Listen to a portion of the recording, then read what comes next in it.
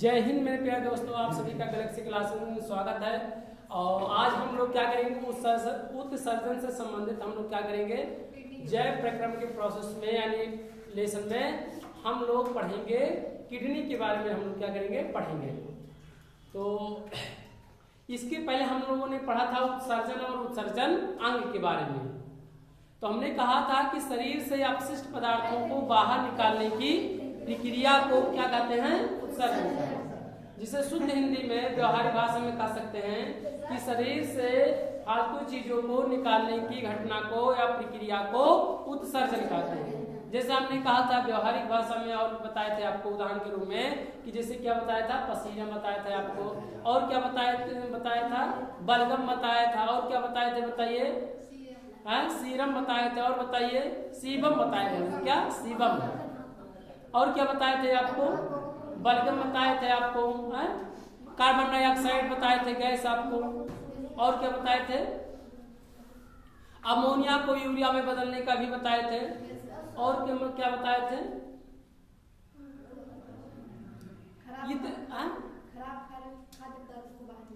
बड़ी आस से ये भी बताए थे कि अनपचे भोजन को बाहर निकालना। ये सब देखा जाए क्या था, शरीर से अपशिष्ट पदार्थ हुआ था, और अपशिष्ट पदार्थ को बाहर निकालने की प्रक्रिया को क्या कहते हैं, उत्सर्जन कहते हैं। और जिस अंग द्वारा ये निकाले जाते हैं उसे क्या कहते हैं, उत्सर्जी क्या कहते हैं, अंग कहते हैं। और इसमें से उत्सर्जन जैसे मान ली बताए थे, त्वचा क्या है, उत्सर्जी अंग है, फेफड़ा क्या है, उत्सर्जी अंग है, वृक्क क्या है, उत्सर्जी अंग है, और बताइए कौन सा उत्सर्जी अंग है, बड़ी आंत क्या है, उत्सर्जी अंग है, और बताइए लीवर बताए थे, ये भी क्या है, उत्सर्जी क्या है, अंग है। तो हम लोगों ने इसमें कहा कि 5 पढ़े थे हम लोग, और इन 5 में सबसे महत्वपूर्ण उत्सर्जी जो अंग है हम लोगों का, अपशिष्ट पदार्थ निकालता शरीर से, वो होता है किडनी। क्या होता है, किडनी। किडनी के अंग्रेजी में हम लोग, हिंदी में इसे हम लोग किडनी को हम लोग हिंदी में क्या कहते हैं, गुर्दा कहते हैं, और या उसी को हम लोग क्या कहते हैं, वृक्क कहते हैं। क्या कहते हैं, वृक्क। या तो वृक्क कहेंगे तब भी सही है, और वृक्क को हम लोग उसकी जगह क्या कह सकते हैं, गुर्दा कहा है। और गुर्दा के अंग्रेजी, और वृक्क और गुर्दा के अंग्रेजी क्या होता है, दोनों क्या होता है, किडनी होता है। तो चाहे किडनी कहा जाए, चाहे गुर्दा कहा जाए, और चाहे क्या कहा जाए, वृक्क कहा जाए, तीनों क्या होगा, सेम होगा। तो किडनी की कोशिका का नाम क्या है, तो किडनी की कोशिका का नाम क्या है, नेफ्रॉन। क्या है, अगर पूछा जाए, अगर हमारी किडनी की बहुत महत्वपूर्ण यानी बहुत जानकारी आपको ज्ञात करना है, तो हम लोग क्या करेंगे, किडनी की कोशिका के किसकी करेंगे विश्लेषण या संश्लेषण किससे करेंगे, तो नेफ्रॉन का करेंगे। किसका करेंगे, ये अगर कहा कोई पूछे बताइए कि किडनी की कोशिका का क्या नाम है, तो हम लोग क्या कहेंगे, नेफ्रॉन कहेंगे। क्या कहेंगे, नेफ्रॉन कहेंगे।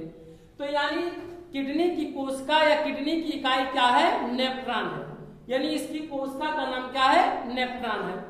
चलिए, इसका आकार कैसा होता है किडनी का, तो किडनी के आकार का अगर ये देखा जाए तो ये मशरूम के आकार का होता है। कैसा होता है, मशरूम के आकार का होता है। आपके सामने जो ये चित्र बना है, तो मशरूम के पार्ट को ऐसे आधे से बीचों बीच से क्या कर दिया गया, काट दिया गया है, और काटने के बाद इसका चित्र ऐसे आमने सामने आपको दिखाई पड़ रहा है।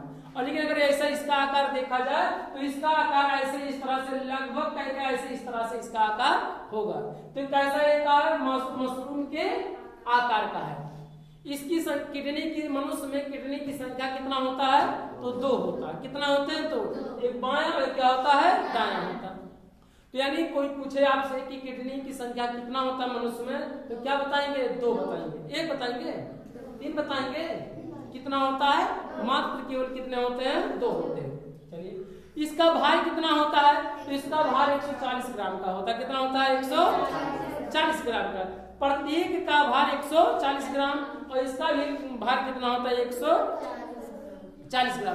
प्रत्येक यानी दोनों का भार अलग अलग अगर काउंट किया जाए, इसका द्रव्यमान तोला जाए तो कितने ग्राम का होगा, 140 ग्राम का। आप ये भी देख रहे होंगे, ये भाग आपके सामने दिखाई पड़ा होगा, नीचे हल्का सा धसा हुआ, और ये क्या हल्का सा क्या है, ऊपर उठा हुआ। तो ये किसके कारण है, दाब के कारण, लीवर के दाब के कारण ऐसा ऊपर और नीचे हल्का सा क्या होता है, समायोजित हो जाता है। किसके कारण, दाब के कारण ये ऊपर और हल्का सा क्या हो जाएगा, नीचे।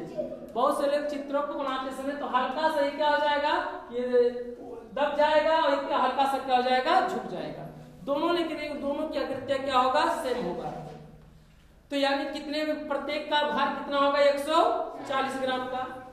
देखिए इसके बाहर इसमें इस पार्ट में हम लोगों ने इसमें नहीं दिखाया, इसमें दिखाया है आपके ऊपर एक झिल्ली पाया गया। क्या पाया गया है, एक झिल्ली। तो और क्या पाया गया, इस झिल्ली का नाम है पेरिटोनियम। क्या नाम है, पेरिटोनियम। चूंकि देखिए इसमें केवल एक ही दिखाए हैं, ज्यादा गझिल ना पड़े आपके सामने ज्यादा, तो इसीलिए इसके ऊपर भी पाया जाता है। आप इसके ऊपर भी लिख सकते हैं, ऐसे बना सकते हैं। एक पातला सा एक झिल्ली पाया जाता है, इस झिल्ली का नाम क्या है, पेरिटोनियम। क्या नाम है, पेरिटोनियम।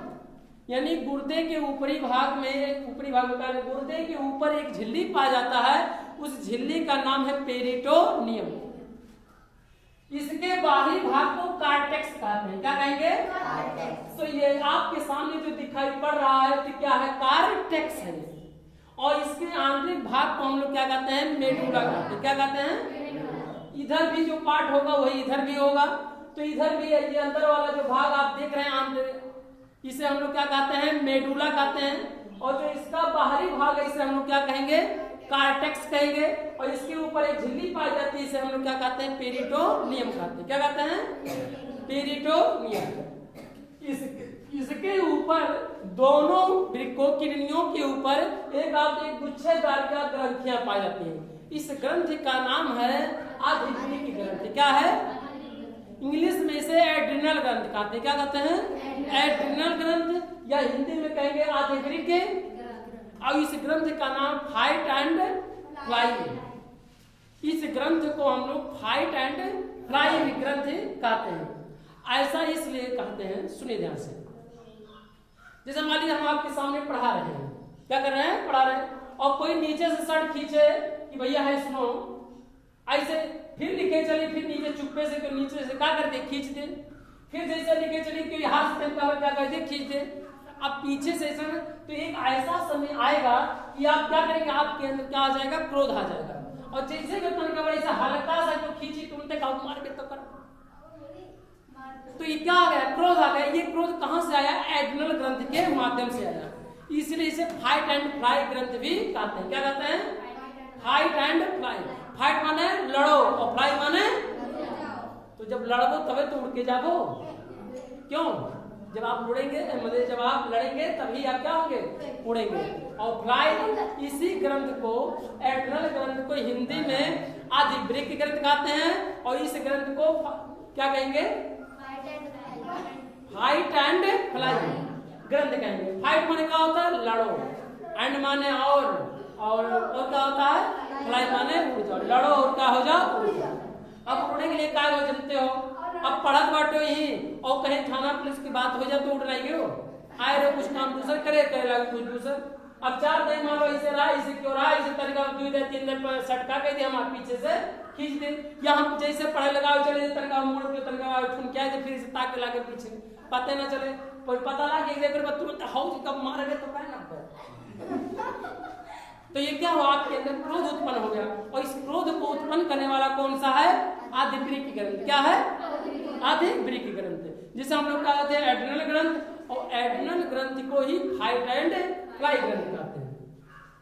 और अच्छा बताइए कि ये दोनों ग्रंथियों के ऊपर शीर्ष पे क्या होता है, बैठा होता है, ऐसे इस तरह से गद्दी लगा के बैठा रहता है, ऐसे पलथी मार के। दोनों ग्रंथियों के मैंने वृक्क के यानी किडनी के दोनों मैंने प्रत्येक पर एक ग्रंथिया ऊपर है गुच्छे नुमा क्या होंगे, ऐसे क्या होती है, समाहित रहती है, बैठी रहती है ऐसे। और ये क्या करती है, ये उत्सर्जित करती है, क्रोध को क्या करती है, ये उत्सर्जित करते हैं, फाइट एंड फ्लाई।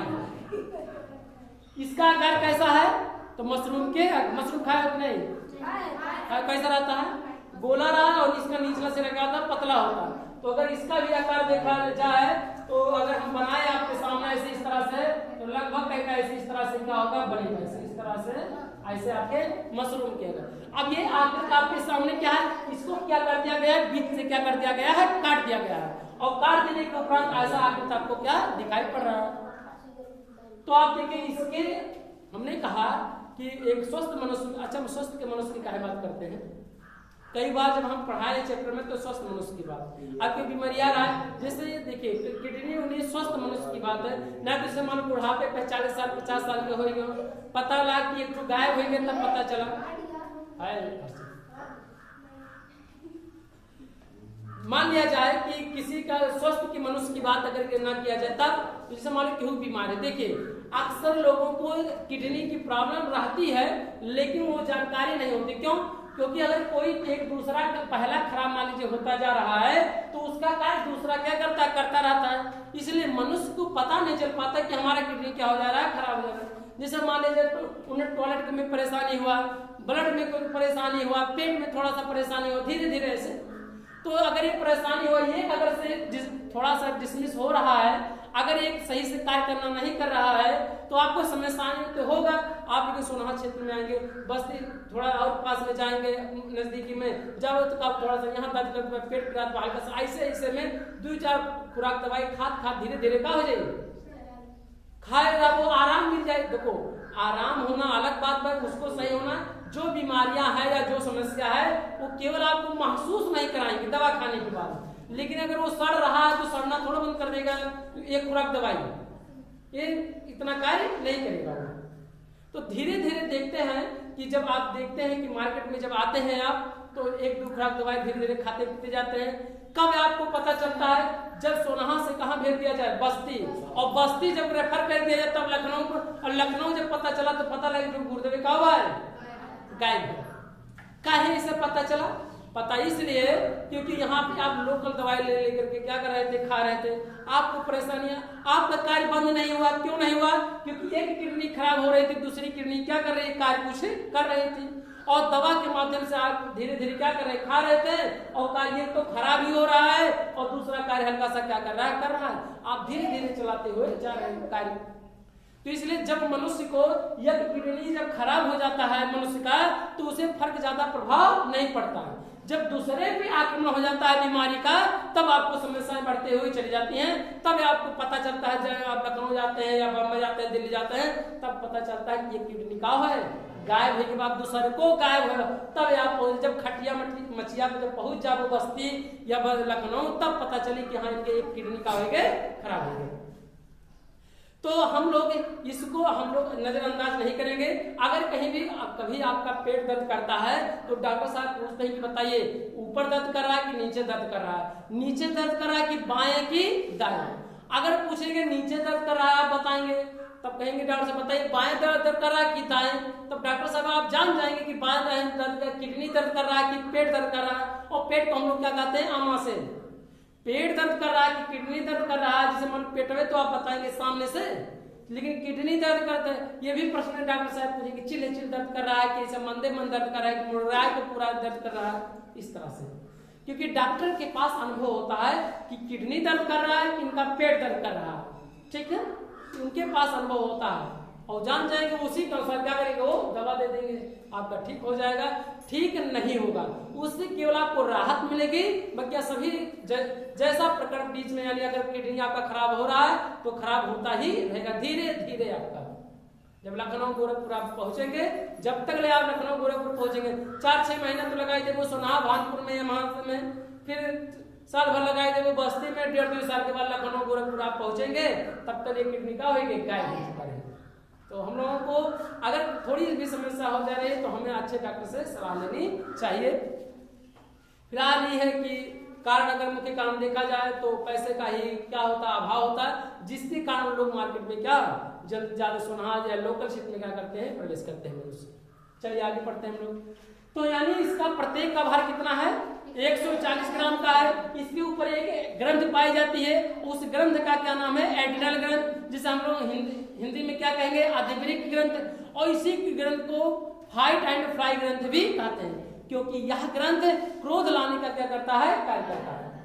चलिए आगे।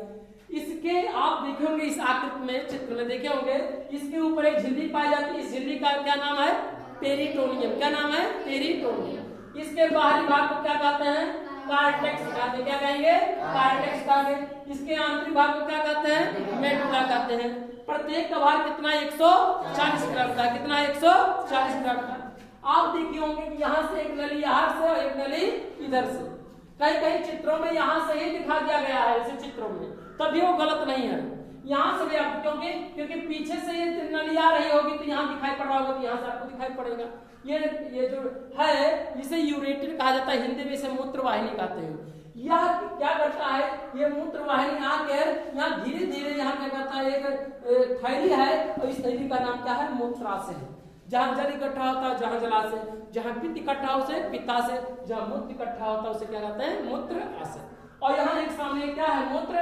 जब ये भर जाता है तो यह ब्रेन को संदेश भेजने का फिर क्या करता है, कार्य करता है। इसके बाद क्या करेगा, मूत्र मार्ग से क्या होगा, मूत्र को क्या कर देगा, मनुष्य क्या करता है, त्याग कर देगा। क्या कर देगा, त्याग माने क्या करेगा, निकाल देगा शरीर से। ये शरीर क्या था, ये जो मूत्र मार्ग है या मूत्र जो है, या अमोनिया को यूरिया में बदलने का कार्य कौन कर रहा था, लीवर कर रहा था। क्या कर रहा था, लीवर।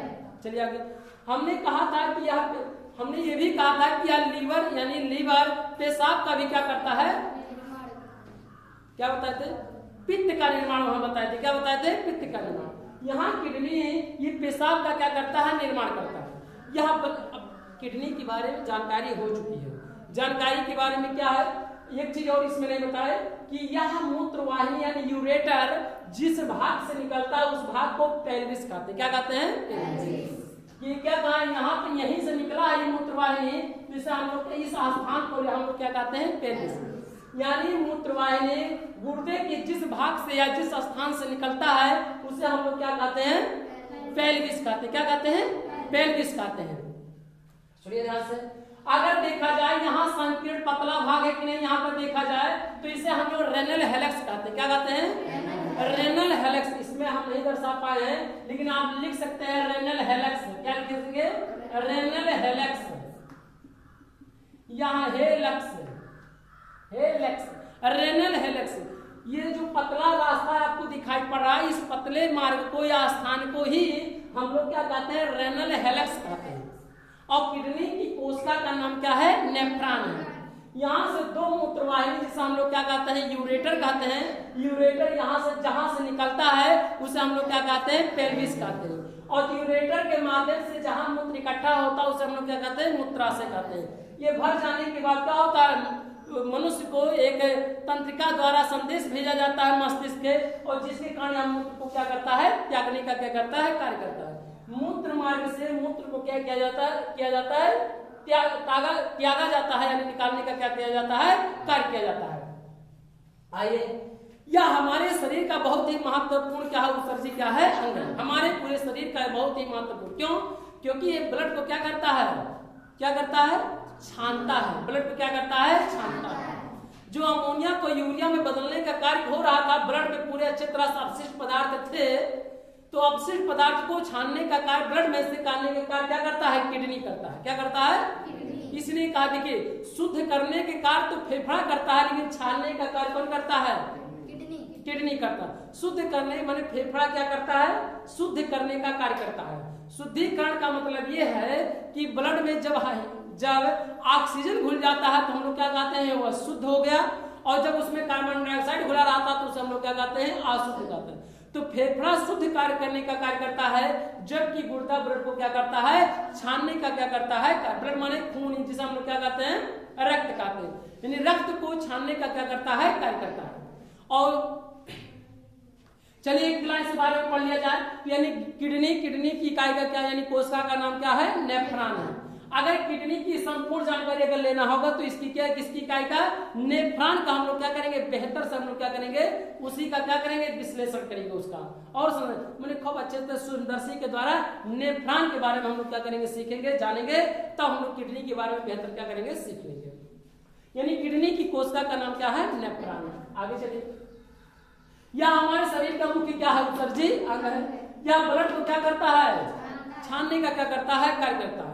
यानी शुद्ध करने का कार्य क्या करता है, फेफड़ा करता है, परंतु छानने का कार्य कौन करता है। अच्छा, ये छानने कहीं नहीं जाता। देखिए, ब्लड में अपशिष्ट पदार्थ घुले रहते हैं। आरबीसी का जीवन काल हम लोग जानते हैं कितना होता है, 120 दिन का होता है। ये जाके 120 दिन के बाद क्या हो जाएगा, नष्ट हो जाएगा। और ब्लड में अमोनिया से यूरिया, शुगर, जितने भी चीज आप शरीर में अपशिष्ट पदार्थ बन रहे हैं, ब्लड में ही तो घूम टहल रहे हैं। तो उसको छानने का कार्य, प्योर करने का कार्य कौन कर रहा है, गुर्दा कर रहा है। क्या कर रहा है? गुर्दा कर रहा है। ये अमोनिया को यूरिया में टॉयलेट के माध्यम से बाहर निकालने का भी कार्य यही क्या करता है? यही करता है। यानी पेशाब का निर्माण भी क्या करता है? यही करता है। और पेशाब में क्या होता है? अमोनिया होता है। अमोनिया को किस में बदलते हैं? यूरिया में क्या करता है? बदलने का क्या करता है? कार्य करता है। अब आप ही सोच सकते हैं कि अगर टॉयलेट कहीं किया जा रहा होगा तो वो कहाँ कितना दुर्गंध मारता होगा। जो दुर्गंध मारता हो क्या है? अमोनिया है। क्या है? अमोनिया है। जब वह पत्थर को, ईंट को क्या करता है? इतना नुकसान पहुंचा सकता है। ये तो हमारे शरीर में कहीं पेशाब यानी टॉयलेट रुक जाए तो हमारे शरीर को कितना नुकसान पहुंचाएगा आप अनुमान वैसे ही लगा सकते हैं। जिससे जब ईंट को, पत्थर को वह कितना हाथ पहुंचा रहा आप देख सकते हैं। पिघला देता है वो, तो आप छत पहुंचाता है तो हमारे शरीर को कितना नुकसान पहुंचाता है। अगर एक दिन टॉयलेट व्यक्ति को ना हो जाए, एक दिन व्यक्ति को टॉयलेट ना हो तो हम लोग देखेंगे कि हमारा पेट क्या होता है? फूल जाता है। और धीरे धीरे क्या होता है? पूरे शरीर में मचलाहट उत्पन्न हो जाता है, झंझनाहट स्टार्ट हो जाता है धीरे धीरे। और काय हाथ गोड़ क्या होगा? फूल जाएगा अपने आप ऑटोमेटिक। केवल मात्र एक दिन टॉयलेट ना होने के कारण ऐसा है। आप सोच सकते हैं कि अगर 24 घंटा रुक जाए तो कितनी समस्या हो जाएगी। जीना मरना लग जाता है उस व्यक्ति का। अगर टॉयलेट ये मैंने 4 घंटा 5 घंटा मैंने ये 12 घंटा अगर एक दिन रुक जाए तो कितनी समस्या होगी। यही कहा जाता है कि हमारे शरीर का ये क्या है? बहुत महत्वपूर्ण क्या है? उत्सर्जी क्या है? अंग है। यह पेशाब का भी क्या करता है? निर्माण करता है। यानी हमने आपको बता दिया कि अमोनिया को यूरिया में बदलने का कार्य कौन करता है? लीवर करता है।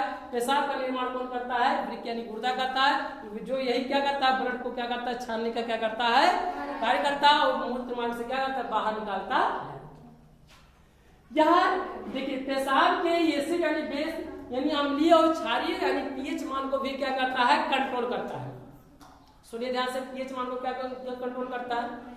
आप देखे होंगे सभी छोटे बच्चे आप देखे होंगे या आप कभी भी बुढ़ापे के बच्चों व्यक्तियों को आप देखे होंगे कि जब वयस्क कोई हो जाता है 60-70 साल का हो जाता है, 75 साल का हो जाता है, तो आप देखेंगे उसका टॉयलेट किसी पुरुष का यानी जो बुजुर्ग होगा उसका या तो पेशाब रुक जाएगा और या तो 10-10, 15, आधा घंटा पे होता रहता है। तो क्यों ऐसा होता है? पीएच मान या तो बढ़ जाएगा या तो क्या हो जाएगा? घट जाएगा। पेशाब यानी बहुत ना तो मोटा होना चाहिए ना तो बहुत क्या होना चाहिए? पतला होना चाहिए। इसको कंट्रोल करने के कार्य कौन करता है? किडनी करता है। क्या करता है? किडनी। मोटा पतला होने का मतलब कि ऐसा ना है कि पेशाब मोटा मतलब यहाँ पर है। मोटा का मतलब है जैसे मान लीजिए 1 लीटर का पानी लिया जाए, एक में 1 लीटर पानी, एक में 1 किलो चीनी डाला जाए और दूसरे वाले लीटर में जो 1 लीटर का पानी है उसमें 1 लीटर वाले में 2 लीटर पानी डाला जाए तो आप देखेंगे क्या हो जाएगा? ज्यादा मीठा हो जाएगा और क्या होगा? कम मीठा होगा। दोनों की मात्रा क्या है? बराबर। 1 लीटर इसमें भी है, 1 लीटर इसमें भी है। एक में 2 किलो चीनी है, एक में 1 किलो चीनी है। अब बताइए कौन मोटा हो जाएगा? बताइए। जिसमें 2 किलो चीनी होगा वो क्या हो जाएगा? मोटा हो जाएगा। तो मोटा होने का मतलब आप समझ गए होंगे कि क्या है। तो ऐसे टॉयलेट भी हमारा ना तो मोटा होना चाहिए ना तो पतला। अगर बहुत मोटा हो जाए तब क्या समस्या होगा और बहुत पतला हो जाएगा तब क्या समस्या? यदि मनुष्य के अंदर अगर टॉयलेट बहुत मोटा हो जाएगा तो पेशाब होने में क्या होगा? उसे समस्या होगा। उसे मूत्र मार्ग में क्या होगा? उसे जलन पैदा होगा और पेट में भी क्या होगा? दर्द होगा। और अगर मान लीजिए बहुत पतला हो जाए तब उसे अगर देखा जाए तो पैंट खोलने की भी समस्या है कि यानी समाज में क्या होगा? उसे दुष्प्रभाव माना जाएगा। उसे आपके सामने टॉयलेट क्या हो जाएगा? कपड़े में ही हो जाएगा। क्यों? क्योंकि जैसे खोलते हुए व्यक्ति होगा तुरंत क्या हो जाएगा? क्यों? क्योंकि उसकी श्यानता क्या है? कम हो चुकी है। यानी टॉयलेट बहुत क्या हो चुका है? पतला हो चुका है। और अगर पेशाब बहुत पतला हो चुका है तो उसे क्या होगा? तुरंत बाहर क्या हो जाएगा? अपने आप ऑटोमेटिक क्या हो जाएगा? निकल जाएगा। यहाँ तक कि अगर टॉयलेट बहुत पतला हो जाए तो अपने आप आपको पता ही नहीं चलेगा, टॉयलेट बाहर क्या हो जाएगा? शरीर से निकल जाएगा। अगर मोटा हो जाए तब पेशाब होने में आपको क्या होगी? समस्या होगा, दर्द होगा, पेट में होगा, किडनी में होगा, दर्द होगा, आपको शरीर क्या हो जाएगा? फूल जाएगा। तो इस तरह से समस्या हो जाएगी। अर्थात ना तो बहुत मोटा होना चाहिए और ना तो बहुत पतला होना चाहिए। कौन? मूत्र। ना तो मूत्र बहुत मोटा होना चाहिए ना तो बहुत मूत्र क्या होना चाहिए? पतला होना चाहिए। इसको कंट्रोल करने का कार्य कौन करता है? गुर्दा करता है। कौन करता है? जिसे हम लोग क्या कहते हैं? गुर्दा कौन करता है? पीएच मान को क्या करता है? कंट्रोल करने का क्या करता है? कार्य करता है। चलिए आगे पेशाब का हो गया, यानी कंट्रोल करने का भी क्या करता है? कार्य करता है। या जहर को भी क्या करती है, निष्क्रिय कर देती है। क्या करती है, जहर को भी, जैसे मान लिया जाए आपने दारू पिया, दारू पीने के बाद ज्यादा पी ले तो उसका आक्रमण कहाँ ज्यादा होगा, दारू पीने का, तो इसी किडनी पे होगा। किडनी की कोशिका क्या हो जाएंगी, बेहोश हो जाएंगी। ऐसा नहीं है कि दारू पी लो तुरंत मर जाओ, ऐसा कोनो बात नहीं है, समझो कि नहीं। दवाई पी लो, ज्यादा पी लो, मान लो 55 वाला मारे 4 ठूक पी लिया, और पीने के बाद आप क्या करेंगे, बेहोश हो जाएंगे, हाथ गोड़ फैला देंगे, ऊपर मुंह देंगे। तो यानी हमारे शरीर की जो कोशिका, और कौन की कोशिका, नेफ्रॉन की कोशिका, यानी किडनी की कोशिका का क्या नाम है, नेफ्रॉन। नेफ्रॉन क्या हो जाएगा, बेहोश हो जाएगा, और मनुष्य को क्या करेगा, अचेतन की अवस्था में कर देगा, और तुरंत क्या हो जाएगा, वो बेहोश हो जाएगा। फिर कुछ समय के बाद धीरे धीरे क्या होगा, वो सक्रिय होगा, तब उसे महसूस होगा कि हाँ हम अपने घर आगे पहुंच गए हैं। समस्या ये है कि कोशिका ये जहर को क्या करता है, नष्ट कर देता है। जब कोई व्यक्ति किसी को कोई जहर भी खाता है तो ये क्या करता है, इसी किडनी पे क्या करता है, डैमेज करता है उसको। अगर कोई व्यक्ति जहर खा ले तो जहर खाने के बाद कौन डैमेज होगा, हमारे शरीर का कौन सा अंग ज्यादा डैमेज होगा, किडनी डैमेज होगा। किडनी अगर डैमेज आपको मिलेगा तो व्यक्ति को पता चलेगा कि जहर खा के क्या है, मरा है या मारा गया है। तो यानी किडनी क्या करता है, जहर को भी क्या करती है, निष्क्रिय कर देती है। अपनी क्षमता के अनुसार ये लड़ता है, लेकिन ये बात में लड़ नहीं पाता है, क्या जाएगा, ये हमेशा के लिए मर जाएगा, व्यक्ति भी क्या हो जाएगा, मृत्यु हो जाएगा उसका। मनुष्य में गुर्दों की संख्या कितना होता है, 2 होता है, और इसमें प्रत्येक का भाग कितना होता है, 140 ग्राम का होता है। और यह इसका आकार कैसा होता है, मशरूम के आकार का होता है। और क्या होता है, इसके बाहरी एक झिल्ली पाया जाता है, इसका नाम क्या होता है, पेरिटोनियम होता है। और इसके बाहरी भाग को क्या कहते हैं, कार्टेक्स कहते हैं। आंतरिक भाग को क्या कहते हैं, मेडुला कहते हैं। यूरेटर यानी मूत्रवाहिनी जिस भाग से निकलता है उसे हम लोग क्या कहते हैं, पेल्विस कहते हैं। क्या कहते हैं, पेल्विस कहते हैं। जहां ये संकीर्ण बहुत पतला होता है उसे हम लोग कहते हैं रेनल कहते हैं, और जिसे हम लोग कहते हैं हेलेक्स कहते हैं। क्या कहते हैं, यानी मूत्र के प्रवेश द्वार को, मूत्र के प्रवेश जो ये प्रवेश कर रहा है, इसे हम लोग क्या कहेंगे, रेनल हेलेक्स कहते हैं। क्या कहते हैं, रेनल हेलेक्स कहते हैं। अच्छा बताओ, यूरिया सबसे ज्यादा कहां होगा,